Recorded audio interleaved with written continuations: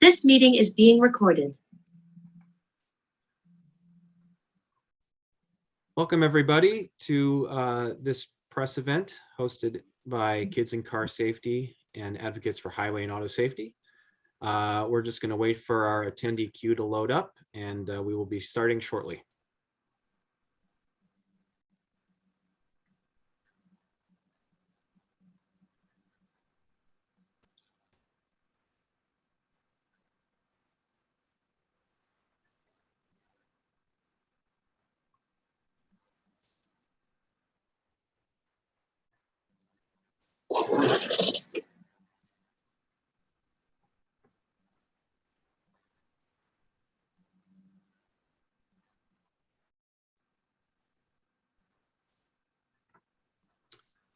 Okay, we are looking good. I'm going to take off the slate. Jeanette, the floor is yours. Thank you, Pete, for everything you've done to make this event happen. So I first of all want to welcome everyone for joining us today. My name is Jeanette Fennell, and I'm the president and founder of Kids in Car Safety. And if you're not familiar with our organization, we work to keep kids safe in and around motor vehicles. Before we get started, I just want to take a minute for some housekeeping details. This event, as you probably heard, is being recorded and is on the record. The recording will be made available a couple of hours after the event. Please use the Q&A button to submit your questions and make sure to identify yourself. We will be only taking questions from the media today and will hold all questions until the end of the event. If there is a particular person you would like to direct your question to, please make note of that as well. If everyone's ready, let's get this show on the road. Kids in Car Safety has been working on the topic of hot cars for over 25 years now. We're the ones who originally brought it to the national agenda and have been working very hard to prevent these unthinkable tragedies. We have provided a new packet of data for you that contains statistics and charts and pretty much everything you might want to know about car deaths. Not to worry, I'm not going to be taking you through all 17 pages of information, but I'll just talk about a couple of the highlights. Unfortunately, over 1,000 children have died in hot cars since 1990, and another 7,300 survive with varying types of severity and injuries. Those injuries can range from a trip to the ER to be rehydrated, or to never being able to ever walk, talk, or feed themselves for the rest of their lives. There are three categories that we put the issue of hot car deaths into. The first one is when a child is unknowingly left in a vehicle, and that represents about 56% of the data. The second one is when children get into vehicles on their own, and that is about 26% of the fatalities we've recorded. Children sometimes are knowingly left alone in a vehicle. Doesn't mean the parent is wishing harm. It just, they don't understand the dangers or how hot a car can get, and that represents 14%. The other thing that's really important to understand is these are babies. These are very, very young and helpless children. In fact, 87% of the children that die in hot cars are age 3 or younger. And if you just look at children age 1 and younger, I mean, truly our infants, 54% of the deaths fit into that category. And we think it possibly has something to do with rear-facing child seat, because when you're a driver, you really can't tell if there's a baby in that car seat or not. So without any further ado, what I'd like to do is just start out by showing one of the PSAs that are being shown today for the very first time. Pete, we ready with that one? I'm gonna be late, babe. Hey, can you come help me out here? I have to leave. I'm sorry. I told you I have that thing this morning.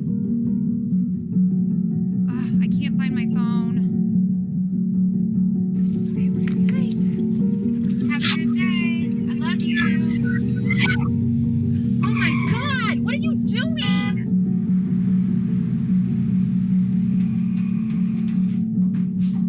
You know, Amber, the meeting started 15 minutes ago. Hey Amber, I was just calling to see if you were bringing your son in today. It's getting pretty late. So if you could. This can happen to anyone, even loving, attentive parents. Place a diaper bag or a stuffed animal in the front seat with you as a visual cue or reminder that your child is with you. And always double check the back seat. For more information on how to keep your child safe in and around cars, visit kidsandcars.org. Thank you. And we want to make sure that the media and everyone knows that these are now available to use at your discretion.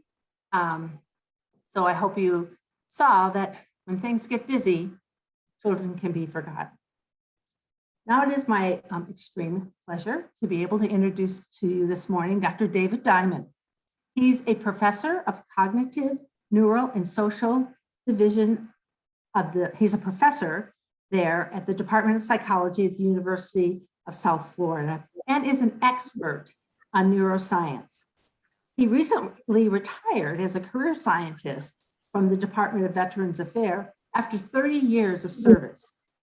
Dr. Diamond has published over 140 studies on the brain and memory while he was conducting his neuroscience research. Excuse me. In the past 15 years, Dr. Diamond has directed his research program to the study of neuropsychology of how children are unknowingly and unintentionally forgotten in cars. He has published his research on this topic and has participated in numerous conferences, presentations, and documentaries about this topic. Dr. Diamond has also served as an expert witness for the defense when parents and caregivers have been charged with crimes for forgetting children in cars. We are very fortunate to have him with us today. He really is the go-to scientist to help explain how this very misunderstood cause of death and injury to children happens, and he helps us appreciate the complexities of our brain and memories in a way that it's easy for all of us to understand. Dr. Diamond? Well, thank you so much for inviting me to participate today, Jeanette. I remember the day 15 years ago when a reporter called me and said, as a memory expert, can you explain why it is so many children have died of heat stroke after their parents forget them in a car? I had been already studying memory for decades and I'd never heard of such a thing. And frankly, I can understand how someone would have a knee-jerk reaction and be judgmental. It's just so hard to understand, even for a scientist. But as a scientist, as well as a parent, I was curious. I wanted to understand how this could happen. And further, how it's possible for a parent to leave a child in a car and then go about their routine activities for an entire day, being unaware that their child was in a hot car. I really benefited from Jeanette's vast database at kidsandcars.org. And I worked with her and I interviewed many parents, and I learned of the hundreds of children that had died of heat stroke or suffered brain damage as a result of being left in a hot car. I conducted research. I attended gatherings of parents who had lost children. I spoke with the parents and family members and realized that that knee-jerk reaction people have to criticize parents and say they're negligent, that's just so misplaced, that's so wrong. I've also learned how this has happened to people in all walks of life, mothers and fathers, white-collar, blue-collar, lawyers, teachers, doctors, even a judge and a university professor. And so ultimately I needed to find out how this happens. And what I found was a pattern emerged. The parents and the caretakers are basically telling me about a single theme. Something about that day the incident was different. And there's typically a change in routine. In a typical example, you have one parent that's always taking a child to daycare and the other is not. But on the day in which the child is forgotten, the parent that typically takes the child is unavailable, so the other parent offers to take the child to daycare on the way to work. So that other parent would normally drive straight from home to work, but on this day, the parent says, okay, today I need to stop my routine, take my child to daycare, and then continue on to work. And then what happens is, as they're driving, they lose awareness of the child in the car. They arrive at work, they've lost awareness of the child. And then what is so difficult to understand is the brain seems to create this false memory that in fact your child is at daycare, your child is safe. And that helps to explain how it is a person can spend the day at work talking about your child, looking at pictures of your child. And at the end of the day, say that it's now time for me to pick up my child. And then the parent has this horrific experience of coming out to the car and finding your child has died. And so I'll share with you a little bit about the neuroscience of how this can happen. And the first point is that the brain has multiple structures, each with a different function. One of those brain structures is called the basal ganglia. And the basal ganglia allows us to operate sort of at a subconscious level to do something that is very well learned. For example, when you've gone from home to work hundreds of times, you can sort of do this automatically. You don't even have to think about where to make your turns. And that's the basal ganglia that allows you to do that. It kind of puts you into this autopilot mode. And it's really very convenient because you don't have to think about exactly what street to turn and what not.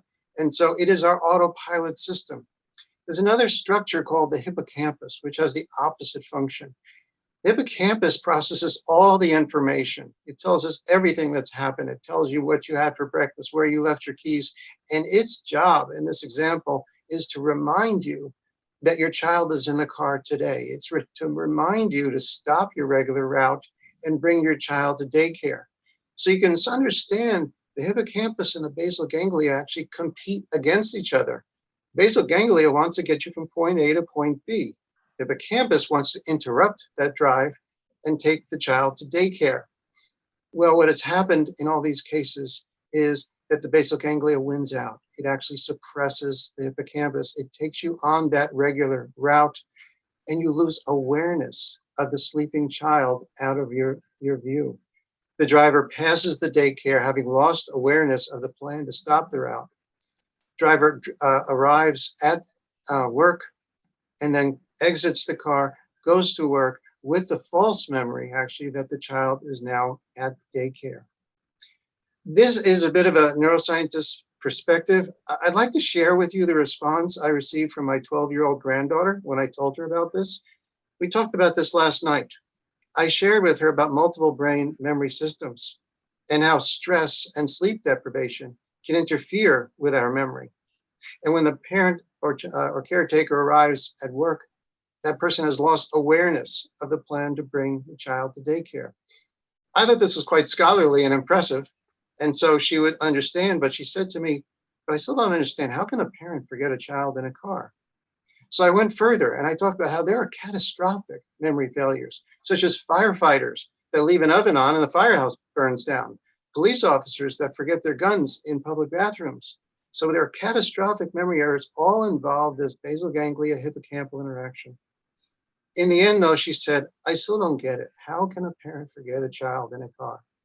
And she wasn't interested so much in the mechanism as to how it happens.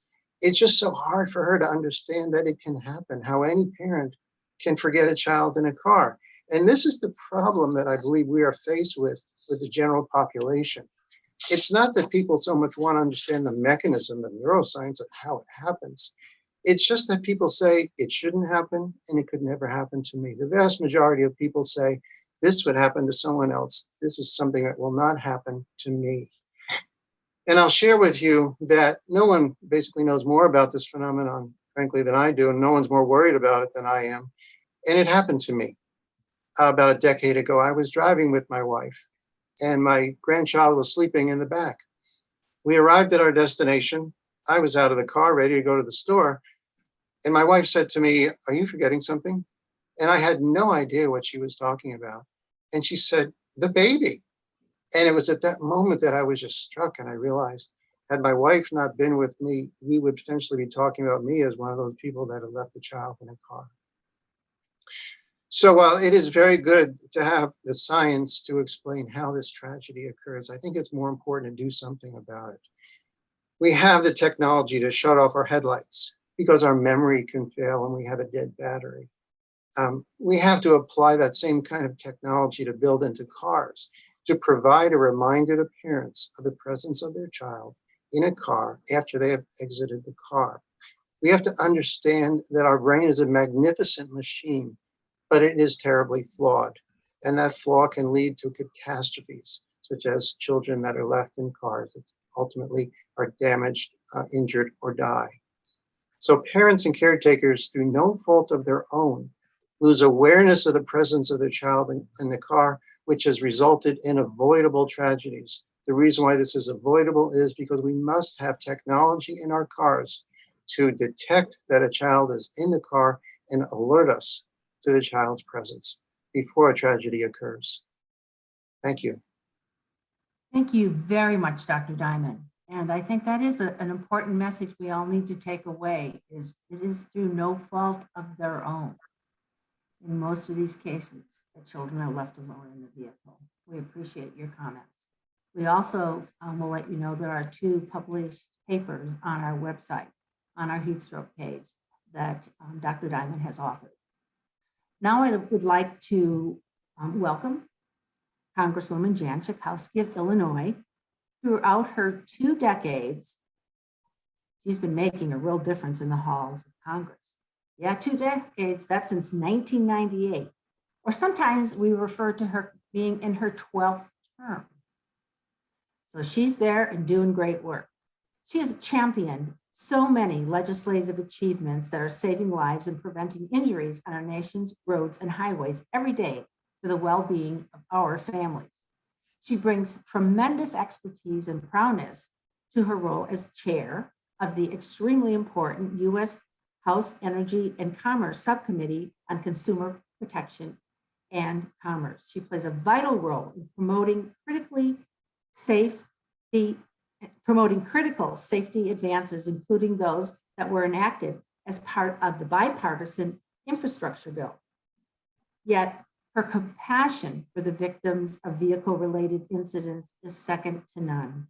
Her empathy and drive to work for years on hard-fought battles has translated into numerous legislative successes that will have a profound impact on safety for years and years to come. We have worked with her for over 20 years and are incredibly proud to stand by her side. We thank Chairman Schakowsky for providing her remarks today. Welcome. Thank you so much, Jeanette. Thank you to the advocates.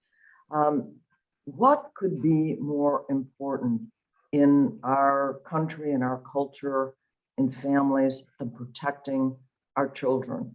It is such a basic feeling.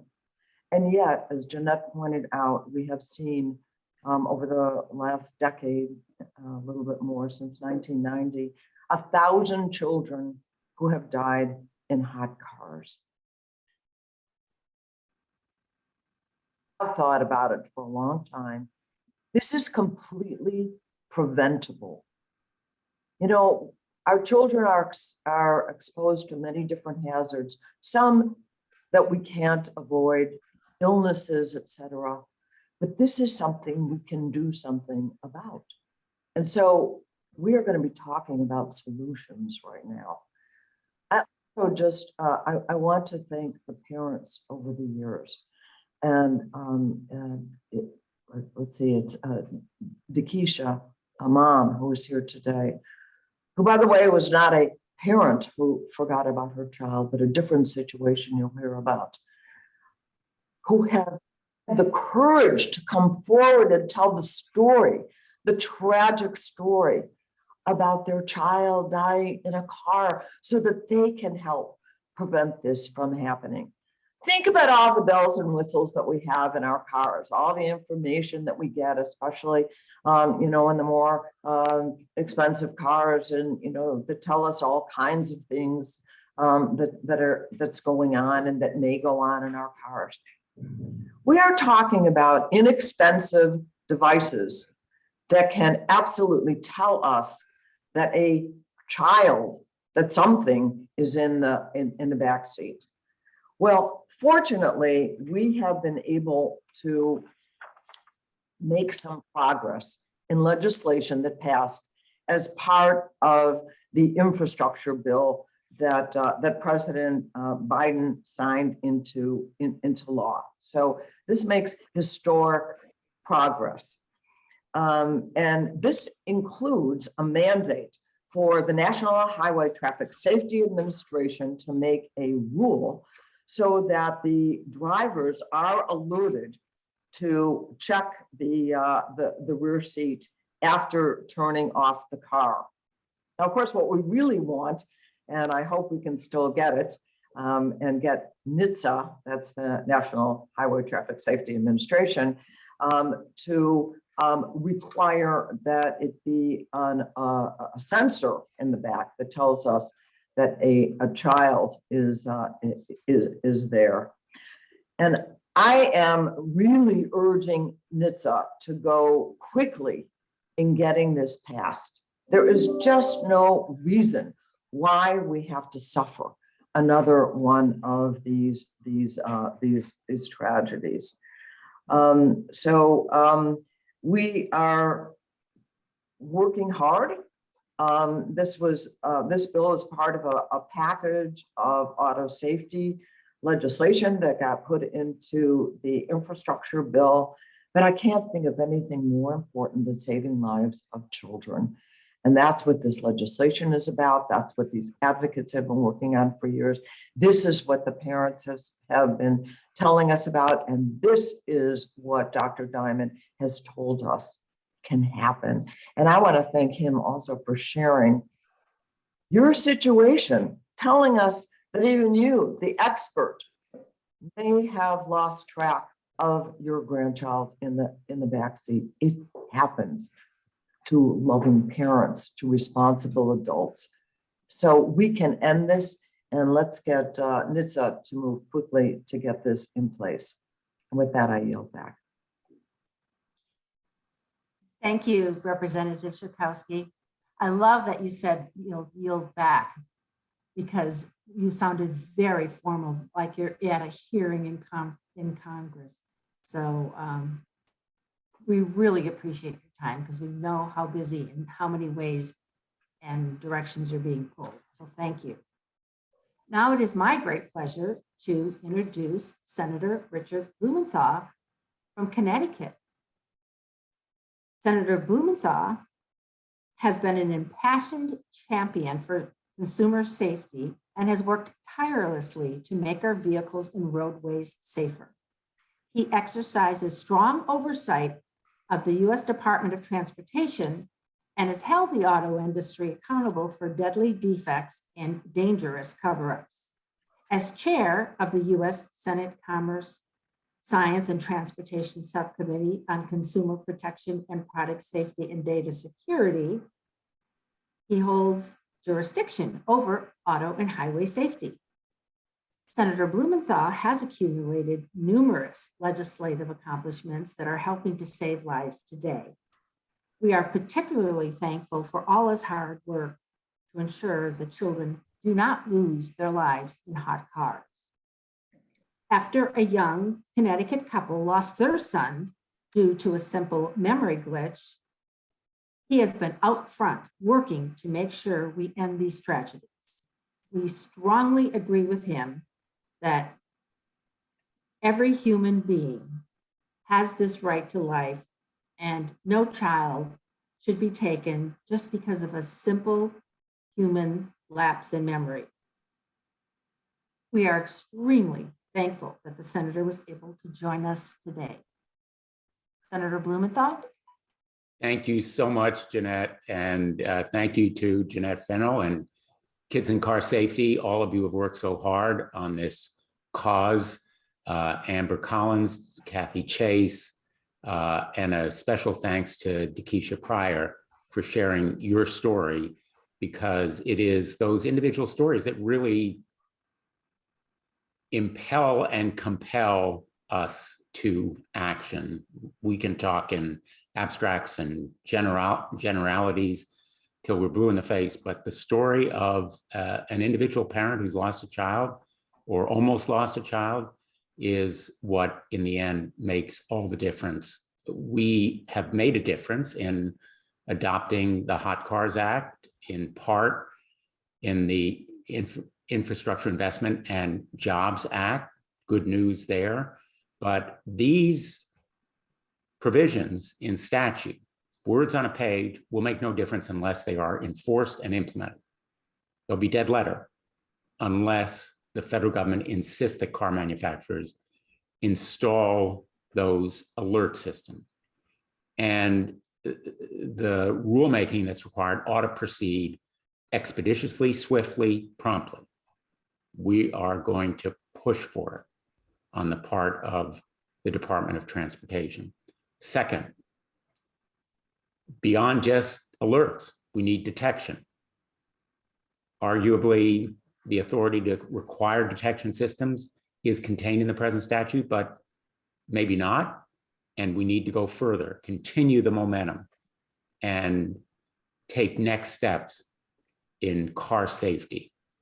Looking at this issue more broadly, it's part of a continuum. We have seatbelts, airbags, better constructed cars. This kind of system ought to be absolutely basic technology in an age where cars are literally computers on wheels. There is no excuse for failing to detect a child in a car that is going to be locked in hot weather. So I am determined to continue this push. It is now spring in Washington, D.C. Spring in Washington, D.C. lasts about 3 days, and then it's summer. All of a sudden, it's 80, 90, 95 degrees. Cars become death traps in a matter of minutes when the temperature outside is in the 70s or 80s. Cars can overheat in literally the time it takes to pick up the laundry or stop for an errand at the grocery store. Parents become distracted by conversation. They run into a neighbor, or they start talking about current events with the gas station attendant. And all of a sudden, a child is in danger of serious injury and maybe death. So the reasons and failings and motives may be as various as children who are in danger. My focus is on saving the children, whatever the reasons or excuses may be. And we may condemn parents. I understand the feeling of criticism that many have, but the point has to be to save the child, not condemn the parent. Because as a parent of 4, I know I've been far from perfect. My children can tell you all the ways that I have defects, and even beyond the young ages that they were. They're now in their late 20s and 30s. I continue to work on being the best possible parent. So condemnation or criticism is not the answer. We need to focus on saving children from injury or death. And that's why this technology is so important to be implemented as soon as possible. I thank Congresswoman Jan Schakowsky, who has been such a great partner and a champion in this effort, and look forward to working with her and others on both sides of the aisle. And I'll just finish on this note. There's nothing partisan about car safety. There's nothing partisan about saving kids. We know in Connecticut how near everyone can be to this kind of tragedy because we saw it in our own state. And it was heart-wrenching, gut-punching, and many parents learned a lesson, but many may be unfamiliar with that story, and the technology can help them. Thank you. Thank you so much, Senator Blumenthal. We really appreciate your commitment, and I love the words, "We're going to get this done promptly." So thank you so much. I know your schedule is busy, but we really appreciate you spending time with us today. Before I introduce our next speaker, we're going to show one more of the new PSAs. And Pete, would you like to get that started?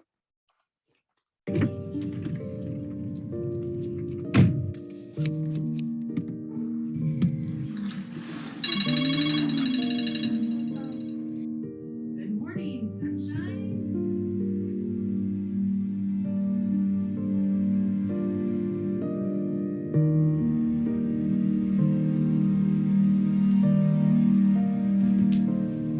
Hey, where's Kron?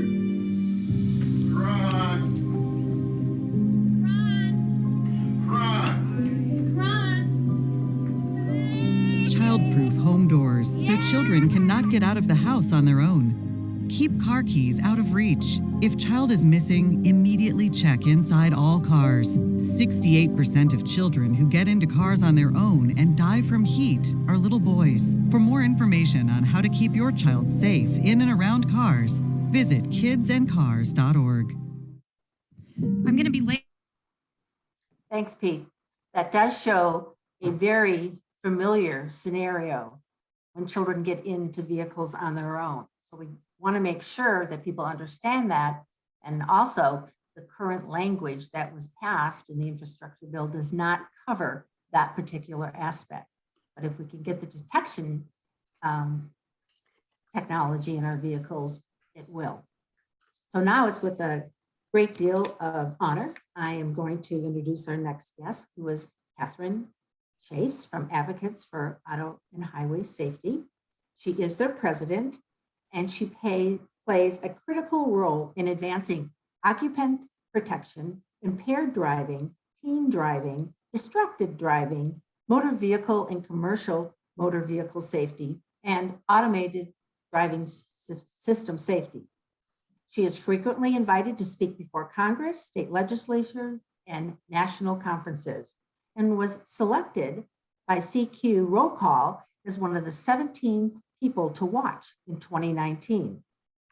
And I'll tell you what, we've been watching her magic ever since. Ms. Chase is featured regularly in the press as an auto and highway safety expert. She graduated from Rutgers College and received her JD from George Washington University Law School. Most importantly, she is a born leader, creative, insightful, and can be quite persuasive. She runs the best team professional on Capitol Hill. Welcome, Kathy. Thanks, Jeanette. That was a very generous introduction. Good morning. I'm Kathy Chase. I'm the president of Advocates for Highway and Auto Safety. Advocates is an alliance of consumer, medical, public health, law enforcement, and safety groups and insurance companies and agents working together to improve road safety for all. I'd first like to thank Jeanette Fennell and Kids and Car Safety for their leadership to prevent hot car deaths and injuries. Advocates is proud to partner with them and other stakeholders to advance solutions to this tragic vehicle safety problem. I would also like to thank Dakisha Whitlock Pryor for participating today, and all of the many families who have shared their unthinkable, heart-rending stories over the years to call attention for the urgent need for action. Safety technology that detects and alerts to the presence of unattended children must be required as standard equipment in all new passenger vehicles. In November of last year, a key step toward achieving this end was included in the Infrastructure Investment and Jobs Act. Representatives Tim Ryan and Jan Schakowsky, as well as Senator Richard Blumenthal, have been longtime champions of this issue and made certain it was included in this bigger transportation bill. House Transportation and Infrastructure Committee Chair Peter DeFazio and Senate Commerce Committee Chair Maria Cantwell, among others, also must be commended for this end result. The law directs the U.S. Department of Transportation, or DOT, and more specifically, the National Highway Traffic Safety Administration, or NHTSA, to issue a rule by November 2023 requiring a backseat alert system. However, it doesn't compel a detection system, and it won't protect children who independently enter a car and get trapped in the front seat area, both of which are essential requirements. This is why we've been calling on the U.S. Department of Transportation to view the provision as a floor and not a ceiling for what must be achieved.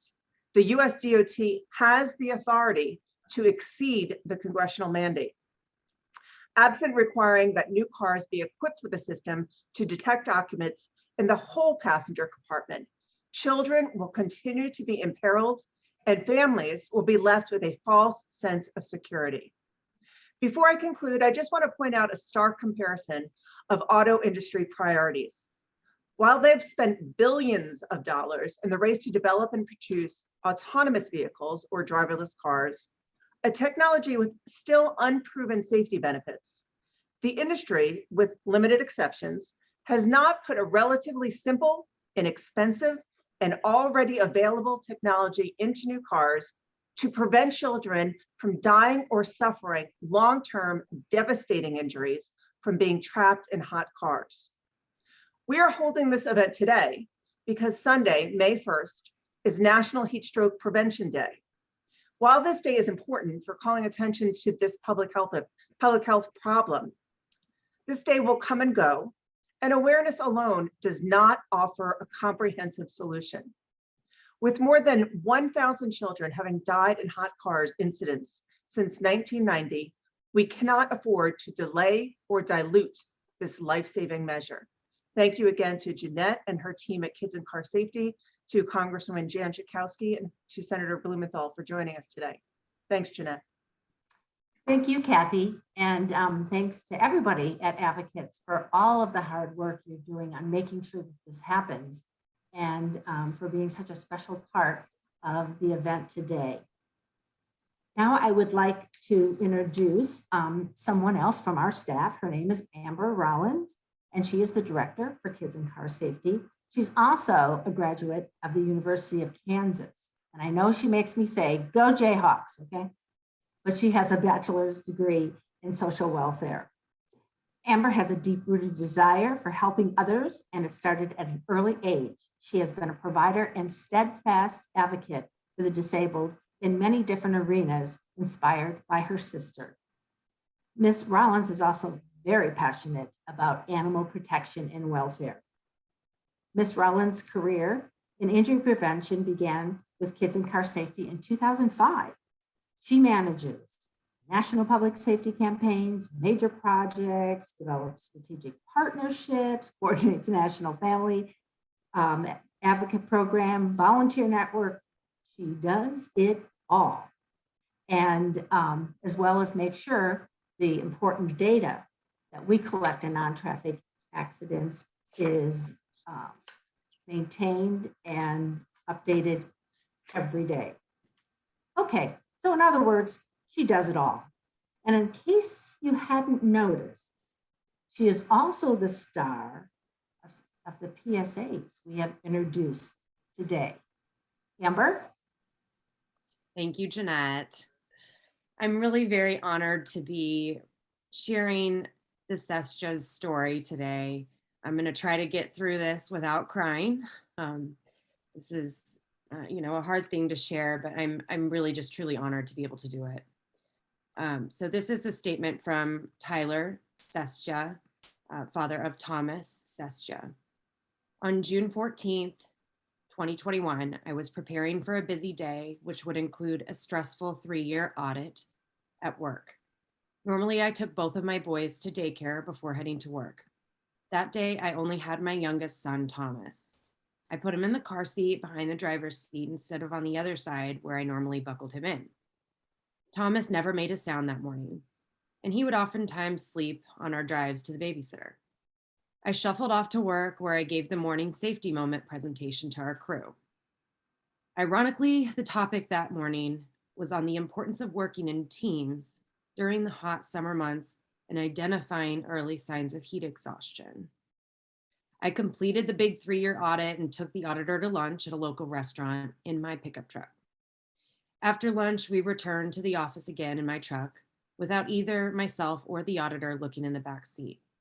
Nothing seemed out of the ordinary until that afternoon at 1:50 p.m., a thought crossed my mind. I realized I didn't remember seeing the babysitter that morning. Immediately, I ran out to my truck where I found Thomas in his car seat, unresponsive and motionless. He was only 2.5 years old. There are no words that can even begin to describe the heartache that myself and my family feel every single day. I miss him so much. I would have given my life for him, and I ask myself every day how this horrific accident could occur to a father who loves his children more than anything else in this world. As difficult as it's been, I've accepted full responsibility for the mistake I made. However, there are always preventions that can be utilized to help future parents. Thomas died in my 2020 GMC Sierra 4-door pickup truck. The truck had what's called rear seat reminder alerts. Before Thomas's death, I thought that rear seat reminder detected children in the back seat, but I was wrong. The rear seat reminder detects the opening of a back door of a vehicle, not a child. The day Thomas died, I drove my truck 3 times, and never once did I hear an alert to remind me that my son was in the back seat. The alert was so quiet, I never heard it. During my trip to lunch with the auditor, the reminder never went off because we didn't open the back door. The system failed again to protect my son. Before Thomas's death, my truck gave many false alarms, meaning that the back seat reminder went off even when we didn't have our children in the truck. As parents, we were not aware of exactly how the technology worked. The current technology right now cannot detect the difference between opening the back door and putting a briefcase in the back seat for work, or whether a child is being put in the car seat. I'm concerned that other families are going to have false senses of security with these ineffective and misleading systems. We need technology that can detect children in vehicles and alert others of their whereabouts to prevent hot car tragedies. Today, I'm calling on the Biden administration, Secretary of Transportation, Pete Buttigieg, and the National Highway Traffic Safety Administration to ensure that the hot car final rule is issued within the 2-year time period required by law. It's imperative that the final rule is issued by NHTSA and goes above and beyond what's required in the legislative language. It has to include occupant detection so families don't have to live through this horror. Occupant detection systems are readily available to automakers and they're cost effective. Children do not have to die in hot cars, but these tragedies will continue to devastate families until vehicles can detect children to protect children. Thank you. And Pete, can you please bring up the chart showing the comparison between the 2 types of systems?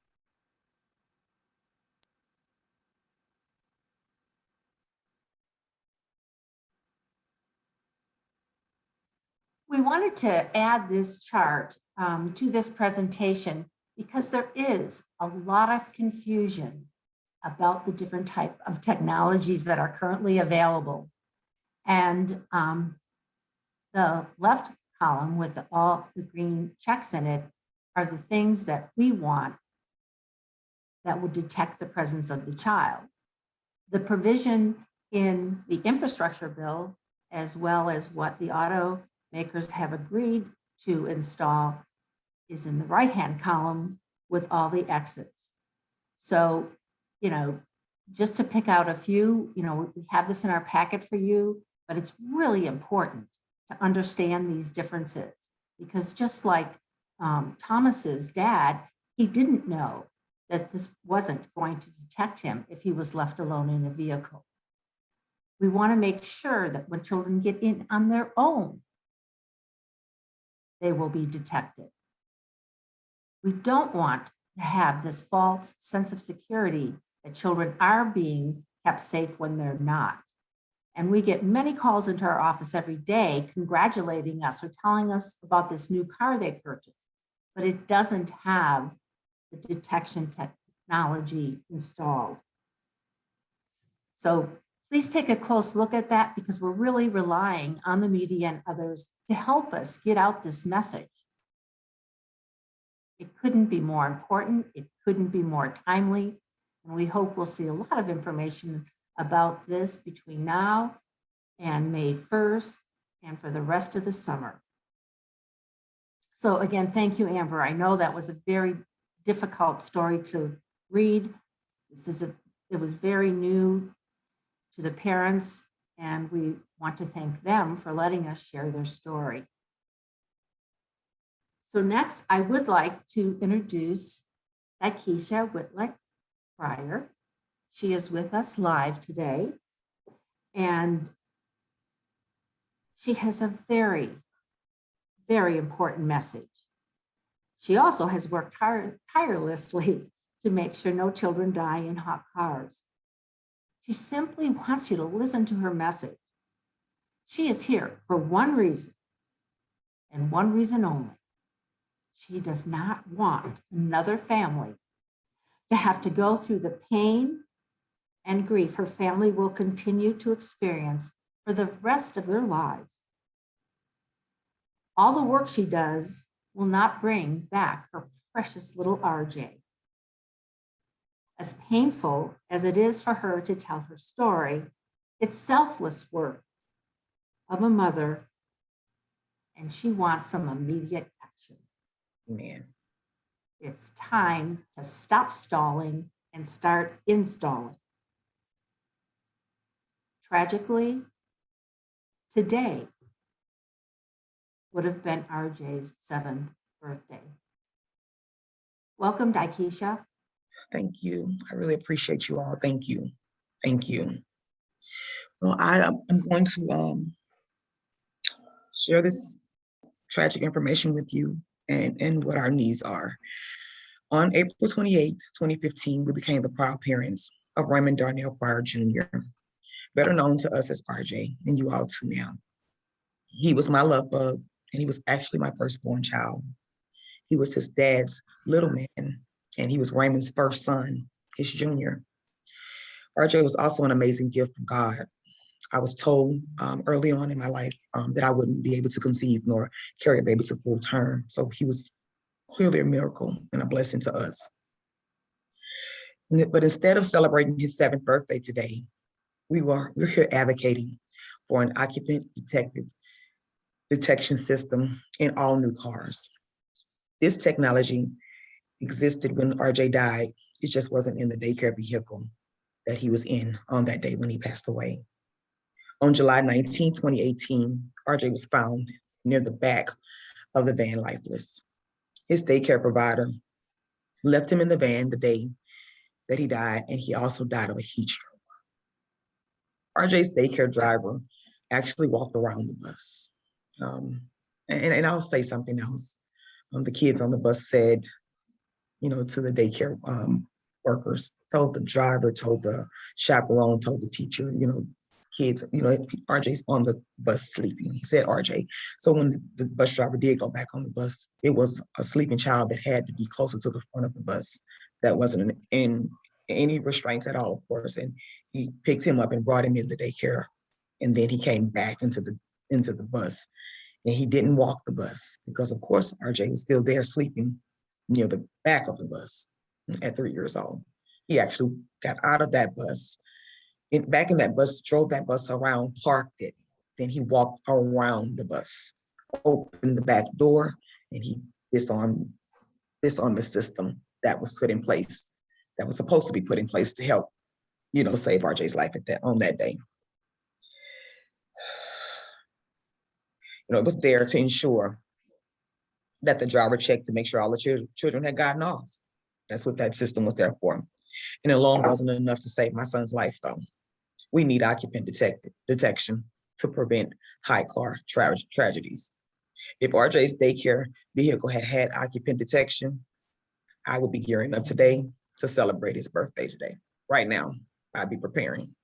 Instead, I'm here talking to you. I don't want to be here, but what I don't want even more than that is to allow another family to suffer this unbearable loss like we have. Children do not have to die in hot cars. Occupant detection technology exists that can stop this. We know that. We know it exists, and we know that it could save lives. We know it. What are we waiting for, though? I don't understand why it's not existing now. You know, why isn't it mandatory now? Today, I'm asking Secretary Buttigieg, I'm sorry if I pronounced your name wrong, from one loving parent to another, please help us. Please join us to eliminate this preventable death by moving forward with the hot cars rule, making it quickly available and possible for us to save our children. Thank you so much for hearing my story and my plea. And happy birthday, RJ. Mommy misses you. Thank you all. Thank you, Daikisha. I know how difficult that had to be. And we do know that little RJ's up in heaven saying, "You go, Mom." He has to be so proud Oh, of yes. everything that you're doing. Thank you. And we can't thank you enough for being with us today, and send our deepest sympathies. And I mean, thank you just doesn't seem to be adequate. Thank you so much. All right, before we get into the question and answers, we're just going to show you one final PSA. And I know you're going to recognize the star of this one.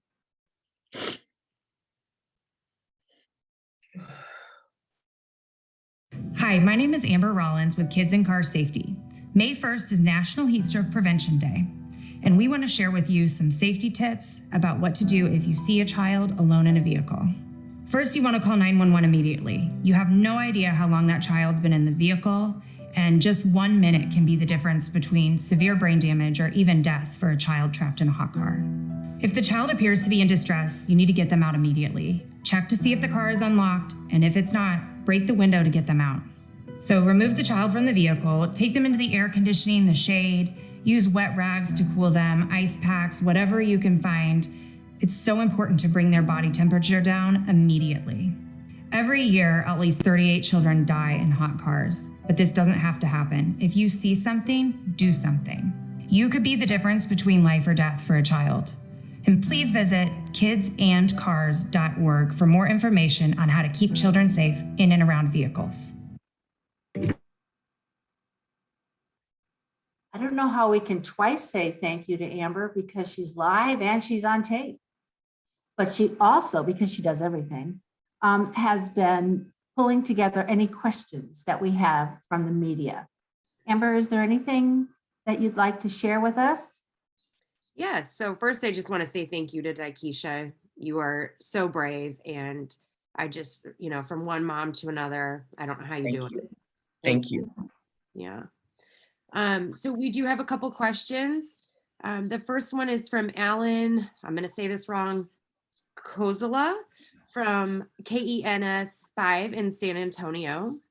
Alan's question is, what about people with older cars? Are there ways to get this technology retrofitted into older vehicles? Help for parents who can't afford a new car or a new device to put in their current vehicles? Jeanette, do you want to answer that? Yeah, thank you, Alan. That is a very, very good question, and one that we receive quite frequently.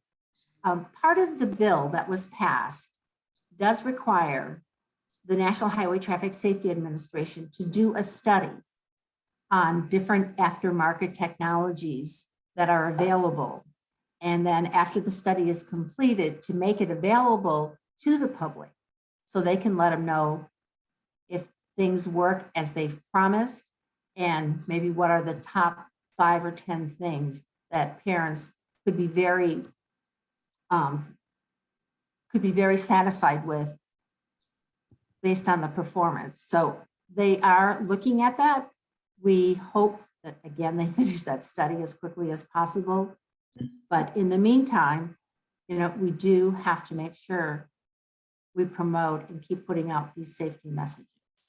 Thank you.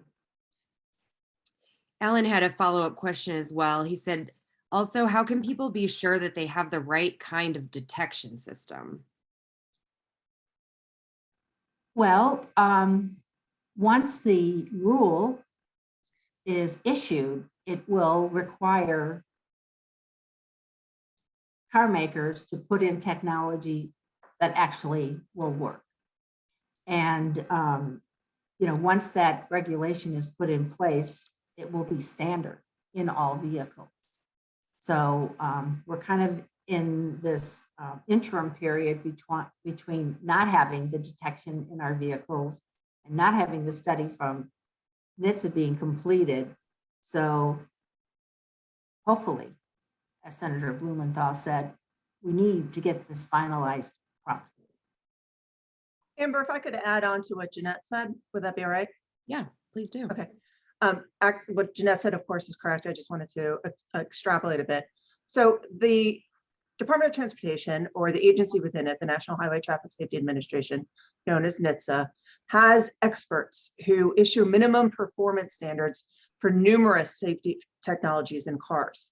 And that's why Congress required NHTSA to issue a rule or a minimum performance standard so that consumers are confident that the technology will perform as needed and as expected.